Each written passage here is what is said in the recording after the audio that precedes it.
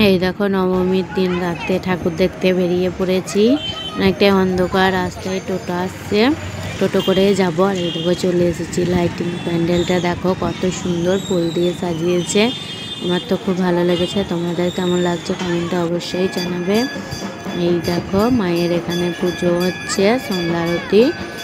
দেখো কত সুন্দর মায়ের মূর্তি। চলো আবার একটা দেখতে চলে যাচ্ছি। লাইটিং করেছে খুব সুন্দর সুন্দর। এদিকে এখানেও সব জায়গায় সন্ধ্যা আরতি হচ্ছে। কত সুন্দর সুন্দর মূর্তিগুলো বানিয়েছে দেখো, দেখতে কত সুন্দর লাগছে। তোমরাও কে কোথায় ঠাকুর দেখতে গেছো অবশ্যই কমেন্টে জানাবে। এই দেখো প্যান্ডেল। চলো এখানকার ঠাকুরটাও খুব সুন্দর হয়েছে। চলো তোমরাও দেখতে থাকো, সঙ্গে থাকো।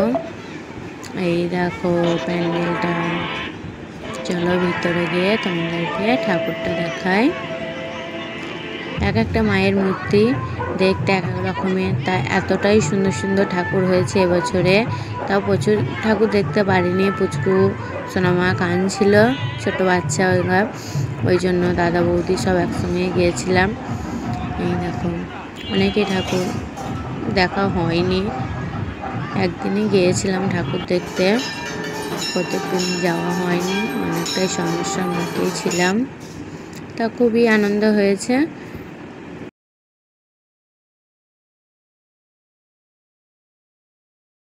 চলো এই দেখো এখানে একটা দেখতে যাচ্ছি। এখানে কেদারনাথ মন্দির বানিয়েছে, তাই এটাই দেখতে যাচ্ছি। এটা দেখা হয়ে গেলেই বাড়ি চলে যাব। বাচ্চাগুলো খুব কান্না করছে।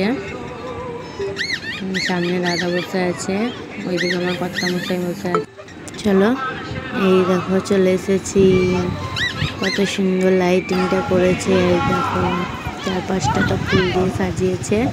আর এই দেখো, আর এটা করেছে কেদারনাথ মন্দির।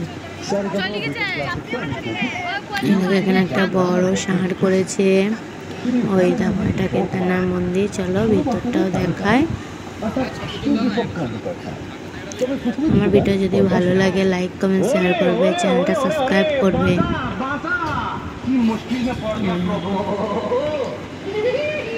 চারপাশটা খুব সুন্দর করেছে। আমাদের এখানকার প্যান্ডেল খুব সুন্দরই করে, খুবই ভালো লাগে দেখতে। দেখো মায়ের মূর্তিটাই আগে তোমাদের সঙ্গে দর্শন করাই। এই দেখো মায়ের মূর্তি। চলো এই দেখো মাঝে একটা লাইট দিচ্ছে বিশাল বড়। ভিডিওটা এই অবধি, এখানে শেষ করে দিলাম।